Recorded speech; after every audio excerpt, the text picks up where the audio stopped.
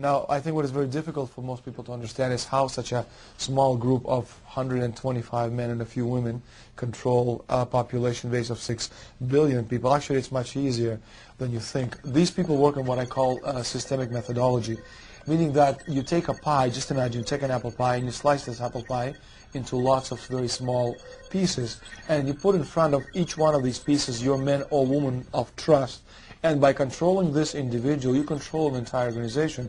For example, if you take Paul Wolfowitz, who runs the World Bank, through him you can control the entire organization. You don't need to control what the dishwasher or the toilet cleaner thinks or does or believes in. You just need to control what he does and what he believes in. And what he does will permeate the entire organization. And that's how you control, with very, very small power base, an entire global population of 6 billion people.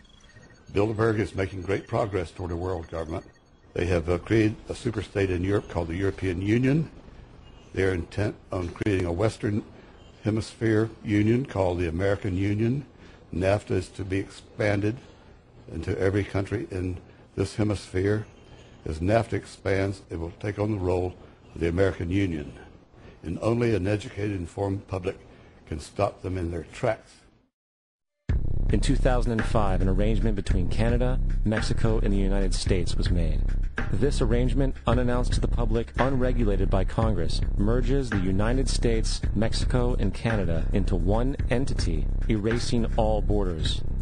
It's called the North American Union, and you might want to ask yourself why you've never heard of this. In fact, there is only one mainstream reporter who has actually heard of and has had the courage to cover this issue. The Bush administration's open borders policy and its decision to ignore the enforcement of this country's immigration laws is part of a broader agenda. President Bush signed a formal agreement that will end the United States as we know it, and he took the step without approval from either the U.S. Congress or the people of the United States. It's a deal that few have even heard of. It's being done again by very few people at the very top on behalf of the investment class, but the working class of people. Political officials across our country, from communities, from cities and so forth, they don't know anything about this. This isn't some trade agreement. It is a total removal of sovereignty from these countries, which will also result in a completely new currency called the Amero. Fall. Apart from that, I think one thing people who are dollar-based need to focus on is the Amero. That's the one thing that nobody's talking about that I think is going to have a big impact on everybody's life in Canada, the U.S., and Mexico. The Amero is the proposed new currency for the North American community, which is being developed right now between Canada, the U.S., and Mexico to make a borderless community, much like the EU, and the dollar, Canadian dollar, U.S. dollar, and the Mexican peso replaced by the Amero. By default of this agreement, the American Constitution will eventually be obsolete. You would think that a situation like this would be on the cover of every major newspaper.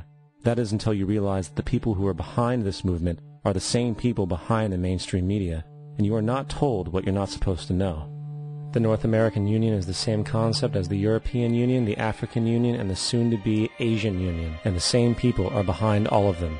And, when the time is right, the North American Union, the European Union, the African Union, and the Asian Union will be merged together, forming the final stages of a plan these men have been working on for over 60 years. A one-world government.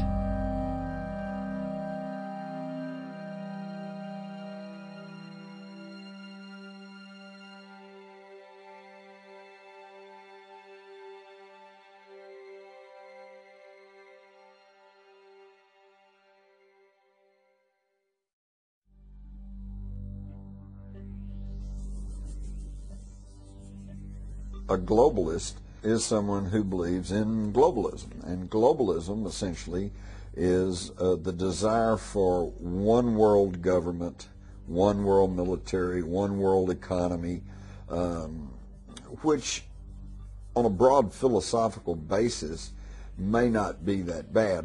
But the problem is that we are being pushed into globalism by secrecy and by deceit.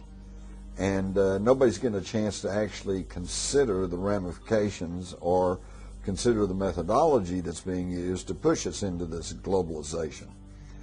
And that leads to the $64,000 question. Let's assume that these globalists And they make no secret about their desire for one world economy, one world government. Let's assume that they're successful.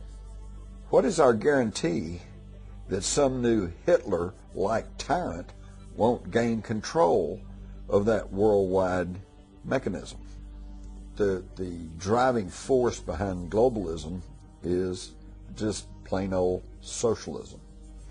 Because if they want to control every person in the world, if they're going to take care of you from cradle to grave, if they're going to take care of the education system, they're going to take care of the health system, all of that requires central administration. And the wealthy elite who have the money and the power know that if they can create a one world global social system, that they can control the central authority. In other words, world control, world domination, one of the oldest desires in the history of the world, going all the way back to Alexander the Great. The way that this can be done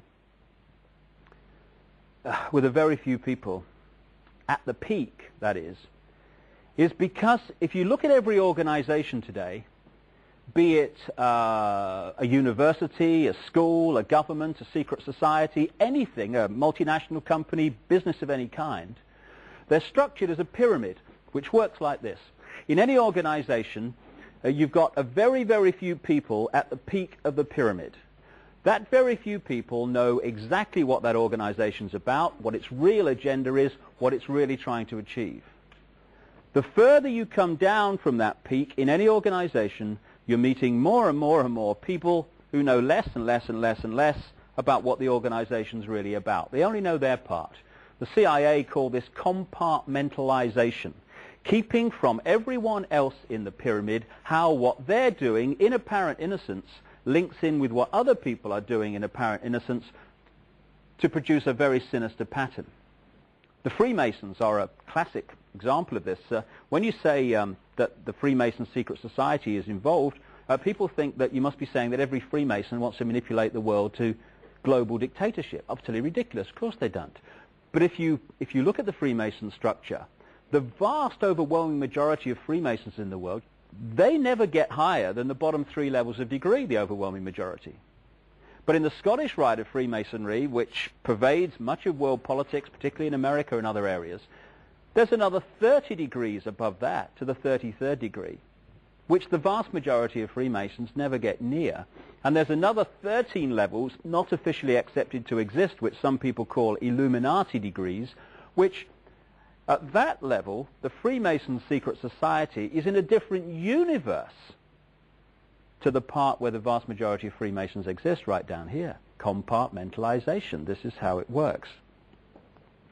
So every one of these institutions that control the direction of the world and our daily lives is a pyramid. The banking system is a pyramid. You go into the local bank, the person you meet across the counter won't even know what's going on in the bank manager's office behind them, let alone what's going on at board level and higher. So the banking system is a pyramid going to a peak. The intelligence agency network in the world is a pyramid going to a peak. The multinational company network is a pyramid. So is the global media and so on. And there is a global pyramid within which all these work, in which the peaks of all these individual pyramids, banking, business, media, etc., fuse into one peak. And up there, it's speculated by many people, there perhaps may be no more than 13 families, 13 people at the peak, pervading down through these different levels the same basic policy, which is pushing the world towards more and more centralization of power. There is this like cozy little myth that is perpetuated between politicians and the media. Politicians walk the world stage as if they are the final arbiters of power in the world. So when a president speaks, the cameras run and it's flashed around the world, prime ministers and such like. The media report the world as if presidents and prime ministers are the final arbiters and decision makers in the world. which means that the people above the level of presidents and prime ministers that really make the decisions